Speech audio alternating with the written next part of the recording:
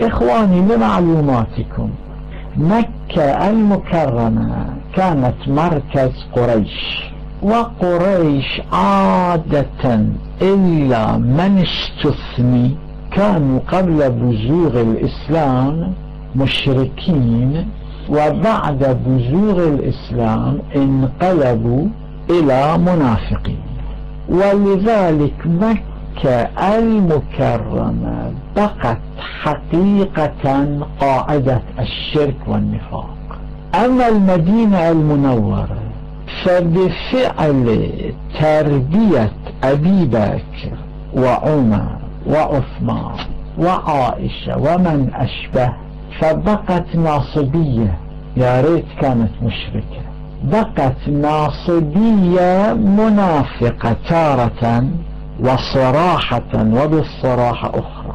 لهذا الشيعة ما كانوا يتمكنون يسكنون مكة المكرمة والمدينة المنورة. كيف يسكن مسلم بين مشركين ومنافقين في مكة المكرمة؟ وكيف يسكن مسلم بين نواصب منافقين أو بالصراحة في المدينة المنورة؟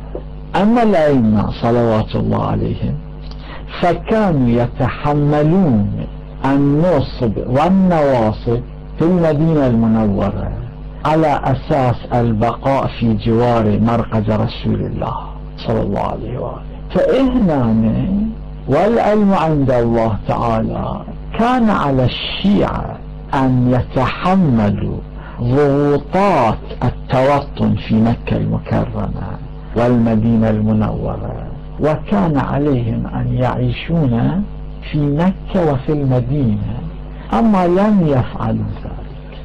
السبب كان عدم تحمل الضغوطات أو شيء آخر، الله أعلم. روى الحسكاني